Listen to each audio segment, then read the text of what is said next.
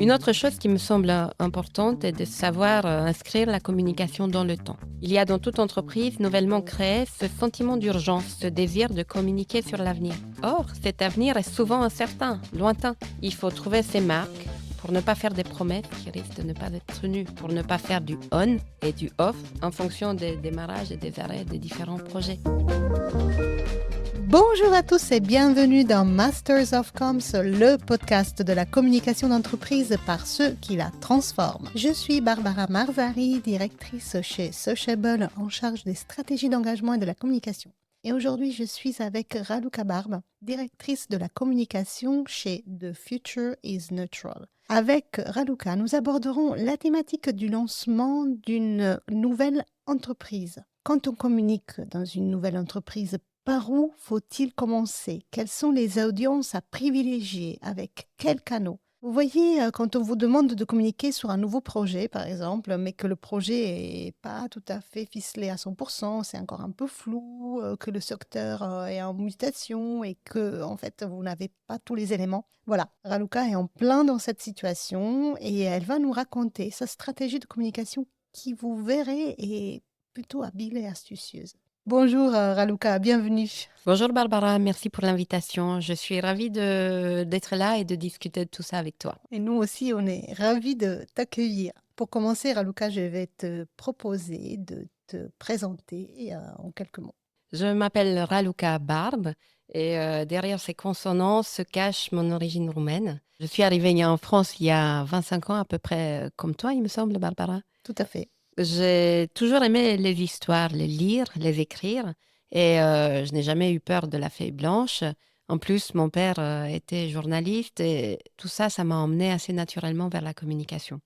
J'ai découvert au fil du temps toutes les facettes de cette discipline, comme interne, externe, comme marketing, etc. Et aujourd'hui, j'ai la chance de pouvoir mettre en pratique tout ça et mon goût pour les nouvelles aventures au sein d'une nouvelle entreprise où je dirige la communication. Et donc, l'entreprise s'appelle The Future is Neutral. Et le nom nous interpelle parce que voilà, c'est un nom plutôt particulier, c'est une phrase même, le futur est neutre. Explique-nous de quoi s'agit-il? The Future is Neutral est une entreprise qui propose des solutions d'économie circulaire aux acteurs du secteur automobile. En gros, il y a deux types de solutions. Les solutions qui visent à prolonger la durée de vie des produits qui sont déjà en circulation, donc des solutions de réparation ou de pièces détachées de réemploi. Et puis des solutions qui visent à récupérer des voitures hors d'usage, donc des voitures qui partent à la casse, les différentes matières qui les composent, l'acier, l'aluminium, le cuivre des câbles, les plastiques des boucliers, et les recycler en boucle fermée. Qui veut dire qu'on les recycle pour obtenir une matière suffisamment qualitative pour être réintroduite dans la production des véhicules neufs. La mission de The Future is Neutral est d'aider le secteur automobile à limiter son impact sur les ressources pour tendre vers la neutralité. C'est ça le sens du nom de notre entreprise. Très très clair et c'est quand même un beau challenge, un beau projet qui est très ambitieux. Ça fait longtemps que cela existe. Qui a eu l'idée de se lancer dans ce chantier si ambitieux? Alors, The Future is Neutral est une nouvelle entreprise, en effet, qui a vu le jour il y a un peu plus de 2 ans. Pourtant, on ne parle pas d'une feuille blanche. L'entreprise a été créée à l'initiative du groupe Renault dans le cadre de sa stratégie de diversification pour répondre aux enjeux planétaires et sociétaux et construire cette nouvelle chaîne de valeur au service de l'ensemble du secteur. Et puis, il y a quelques mois, nous avons accueilli un deuxième actionnaire, le groupe Suez. The Future is Neutral regroupe donc des activités existantes de nos deux actionnaires. C'est un regroupement sous forme de filiales qui sont déjà opérationnelles et certaines depuis fort longtemps, comme Nord Metal Ampex, qui a fêté ses 125 ans l'année dernière. Donc c'est une situation assez paradoxale. On est une société jeune qui regroupe des filiales bien plus vieilles que nous. Nous avons donc un double défi de notoriété. À la fois se faire connaître auprès de nos propres filiales, tout en nous faisant connaître auprès de notre public externe. Donc en réalité, ce dont il a été question pour les uns comme pour les autres, c'est d'expliquer nos intentions, notre vision, notre projet, qui est celui de porter l'économie circulaire automobile plus loin, en regroupant des activités, en créant des synergies, en conduisant un changement systémique pour avoir plus d'impact. Si je comprends bien, Luca, le premier défi pour toi a été l'engagement d'un public interne et externe autour d'un projet en pleine construction, hein, ce qui n'est pas évident du tout. Quelles sont les clés, selon toi, pour embarquer des acteurs aussi divers? Et quels outils est-ce que tu as privilégiés pour instaurer ce sentiment d'appartenance qui est nécessaire pour commencer une dynamique positive? Alors, je vais revenir un peu sur le début de cette aventure, hein. Il faut dire qu'à mon arrivée en septembre 2023, l'entreprise avait déjà vécu près d'un an sans communiquer. Il y avait eu l'annonce de la création de l'entreprise et c'est tout. Donc, ma priorité a été de réveiller les canaux de communication externes, le site internet et la page LinkedIn. Ensuite, comme toute entreprise qui démarre, la nôtre concentre ses efforts de début sur le développement commercial. Pour soutenir ses ambitions, j'ai cherché le moyen le plus efficace pour ce faire. Non pas, comme on dit, d'une pierre deux coups, mais des multiples coups, un maximum de coups pour un maximum de nos publics. J'ai inscrit cette ambition dans l'action et choisi de présenter The Future is Neutral at Change Now, un événement à impact positif de référence. Et j'ai souhaité qu'on participe à ce salon non seulement sous la forme d'une prise de parole, mais aussi avec un stand en dur, pour faire de la notoriété, certes, en tant que partenaire, mais aussi pour incarner notre projet, pour lui donner vie, pour fédérer autour de quelque chose de concret et de visible. Avant de développer ta stratégie de communication, est-ce que tu peux juste dire deux mots? Qu'est-ce que Change Now? Pourquoi est-ce que tu as choisi cet événement en particulier pour cette première apparition de l'entreprise dans la vraie vie? Bien sûr, Change Now est un grand événement de solutions à impact positif qui se tient à Paris tous les ans au Grand Palais et qui réunit des dirigeants mondiaux et des acteurs de changement de 140 pays, des entreprises, des institutions, des lanceurs d'alerte, des militants, chercheurs, etc. Et c'est un salon donc qui présente des solutions à impact positif sur la société et la planète et qui a attiré l'année dernière 40 000 visiteurs. C'est un événement rêvé pour nous parce qu'il réunit énormément de cibles. Il a pignon sur rue, si on peut dire, donc excellent vecteur de notoriété. En ce qui concerne ma stratégie de communication pour cet événement en particulier, je suis partie d'un constat simple. Neutral n'était pas à l'époque connu, mais également l'économie circulaire était mal connue aussi. Et ça, partant d'un constat simple, c'est que nous sommes tous beaucoup plus habitués au modèle linéaire qui consiste à extraire, à produire, à utiliser, à jeter. Et le modèle que nous mettons en place avec The Future is Neutral est très différent. Il est constitué de multiples boucles d'activités, des acteurs avec des rôles qui changent. C'est un modèle qui est basé sur la collaboration. L'enjeu de communication était clairement de simplifier et de réussir à placer le propos au bon niveau tout en restant intéressant et pertinent pour l'ensemble de nos cibles. Ce niveau-là d'intervention, il devait être ni trop macro, pas parler uniquement d'écosystème, d'innovation, de circularité, qui sont un peu des mots valises et qui risquaient de nous maintenir à un niveau conceptuel, ni trop micro, en rentrant trop dans les détails techniques, des grades de pureté des matières recyclées, des molécules, des chaînes d'acteurs impliqués, etc. Parce que ça risquait de devenir un peu trop technique et inaccessible au-delà des spécialistes même qui travaillent sur ces sujets. Pour Change Now, j'ai beaucoup travaillé avec l'agence qui m'a accompagnée pour trouver la bonne direction artistique, le bon angle éditorial. Et le résultat, je dois le dire, a été comme je l'espérais. Notre stand regroupait 4 éléments. Tout d'abord, un manifesto qui expliquait dans des mots simples pourquoi nous pensons que le futur de l'industrie automobile devra nécessairement être circulaire et affirmions notre volonté d'accompagner l'ensemble des acteurs dans cette direction. Ensuite, il y avait un mur d'exposition des pièces automobiles qui étaient soit produites en matière recyclée, soit des pièces de réemploi. Le tout regroupé dans une silhouette de voiture qui interpellait le visiteur de loin et qui lui faisait comprendre qu'il s'agissait de solutions d'économie circulaire pour l'automobile. En plus, l'angle qu'on avait trouvé était sympathique parce que chaque pièce interpellait le visiteur à la première personne en racontant sa vie circulaire. Donc, c'était une manière très astucieuse de simplifier le propos et d'intéresser le public. Troisième élément, c'était une table de démonstration qui retraçait les enjeux de ressources et les réponses que nous apportions avec nos filiales à chaque étape du cycle de vie d'une voiture, depuis la conception jusqu'au recyclage. Et cela rendait l'écosystème et ses interfaces multiples et complexes très concrets et beaucoup plus faciles à comprendre.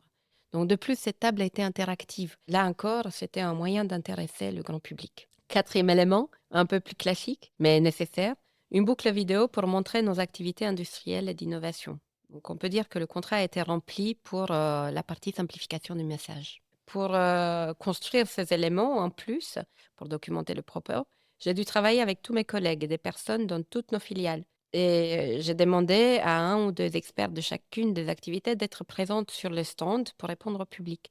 Cela leur a donné tout simplement l'occasion de se rencontrer et de se connaître. Bien sûr, cela les a valorisés également. Et l'un d'eux est même venu me voir et me dire, c'est formidable d'être là. Nos activités n'ont jamais été particulièrement valorisées auparavant. On se sent comme si enfin on sortait des coulisses. Donc un événement pour de la commande externe, mais aussi une occasion pour resserrer les liens entre les collaborateurs en interne. Tu évoquais tout à l'heure que ta stratégie était pas une pierre de coups, mais une pierre le plus de coups possible. Et perso, j'adore. Tu estimes avoir réussi combien de coups avec la participation à Change Now? On a mis un compteur sur le stand et au compteur, on avait 17 000 visiteurs au bout de 3 jours et chacun passait en moyenne 30 minutes. C'est franchement exceptionnel. Et en complément, on a bâti un plan d'activation pour toucher un maximum de cibles. Il était très ambitieux. Donc pendant les 3 jours du salon, nous avons organisé un événement sous la forme d'une série d'interventions avec des partenaires pour expliquer à la fois nos enjeux, notre démarche collaborative, de nombreuses visites avec des partenaires d'affaires pour soutenir le développement commercial, un programme dédié aux dirigeants de The Future is Neutral et des filiales en mode team building, un autre programme pour des collaborateurs ambassadeurs, des visites pour nos actionnaires et même pour une sélection d'actionnaires individuels de Renault Group, notre actionnaire principal, des rencontres avec des journalistes, des influenceurs, bien évidemment. Donc, je peux vous dire que ces 3 jours étaient bien remplis.